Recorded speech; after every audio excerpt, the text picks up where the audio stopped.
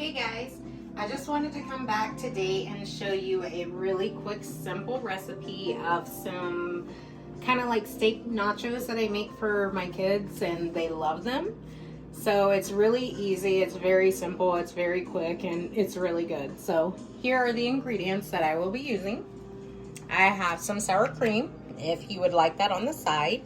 I have some jalapenos, if you would like to add that to your nachos. I have some premium cheddar. I'm going to be using 4 cans of it right now. Of course, you will need some tortilla chips. I have some Colby Jack cheese right here, and I also have some mozzarella. The seasonings I'm going to be using, of course, my all-time favorite, olive oil, because I don't want anything to stick. I'm going to be using my fajita Sazon.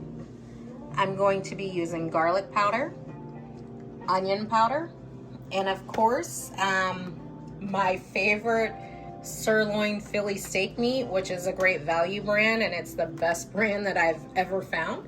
But these are the ingredients we are going to use, and I will show you what we do. Okay guys, so as you can see, I have added my premium cheddar to this pot right here. I always go in and I add water because I like for my cheese to be a little bit thinner.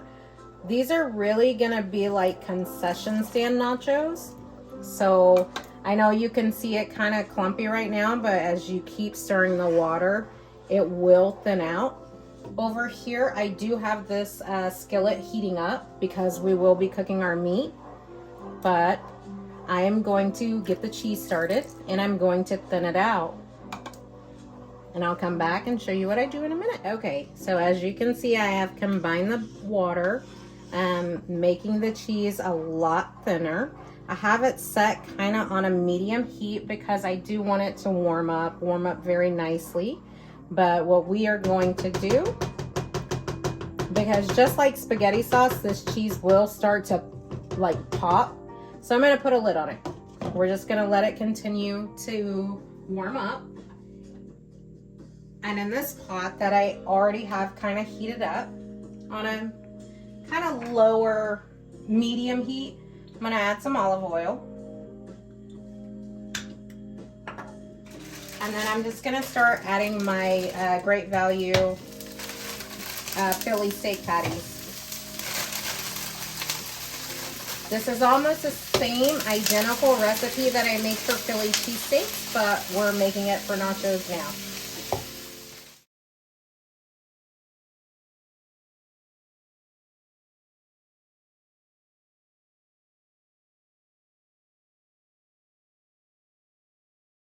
Okay guys, so since we have flipped our meat, we're going to go ahead and with some garlic powder. Again, this is a powder, it's not a salt, so we're not adding sodium. You could put as much as you like. I like my meats to be very seasoned, so I put as much as I want. I'm going to go in with some onion powder.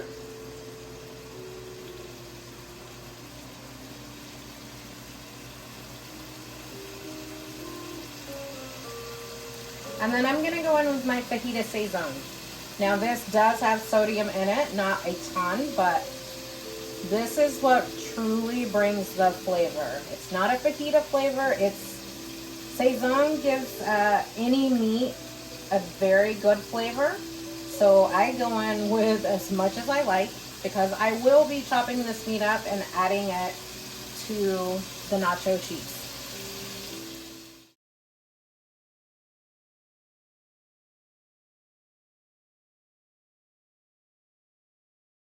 So at this point, guys, I can tell that I would like to add a little bit more fajita Sazon. This is my favorite seasoning again, so I know the flavor that I want from it. You do not have to add as much as I do, but it does give very good seasoning, very good flavor. I'm not sure if you've ever gone to like Hispanic meat markets and bought their marinated meats. It is seasoned with this fajita Sazon. So yeah, I kind of have to get it in there. I'm not saying that it's so salty, but it is very good.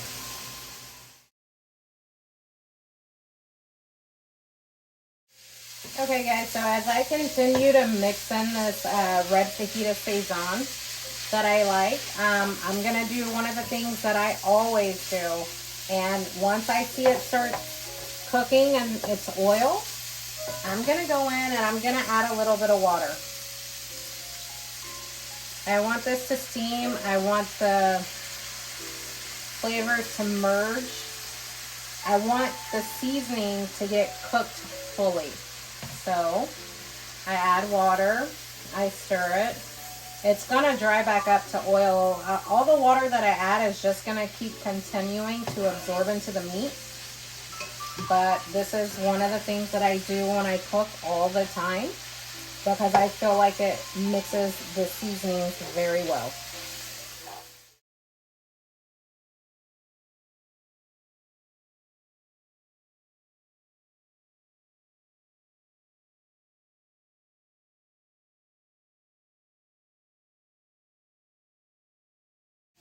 Okay guys, so as you can see, I have added a little bit of water to it twice, and it has soaked back up to an oil, which is letting me know that it is pretty much done and the flavors are combined. So what I'm going to do is turn the temperature off.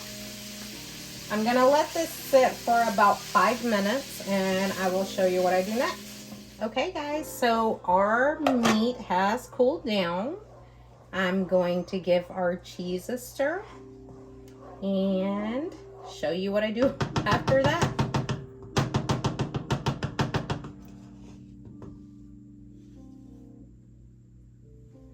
So, with our meat being cooled off, what I'm going to do is scoop it and drop it in this cheese. Drop all of that into the cheese.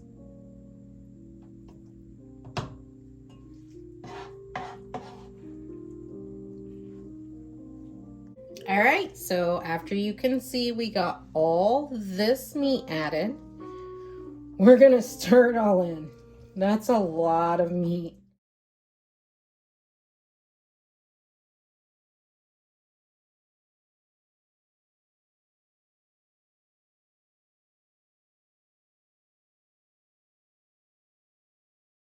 All right, guys, we've let it cool down for just a minute. Can you see that steaky goodness? Ooh, it's delicious. So I'm gonna show you what I do. I have some chips right here on a plate. I'm gonna go in and I'm gonna create my nachos.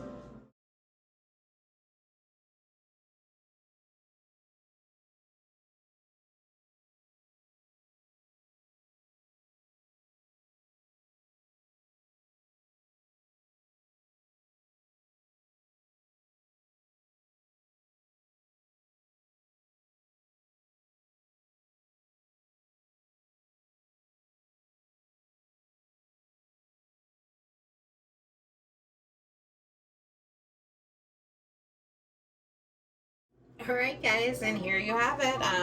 After I put the cheese on it, I microwaved it for about 1.5 minutes just to kind of let it melt. But these are the steak cheesy nachos that I love, and they are absolutely delicious. It is too hot right now. I did add some sour cream and some jalapenos. These are amazingly delicious, and I hope you give them a try. Thank you for watching, and see you in the next video.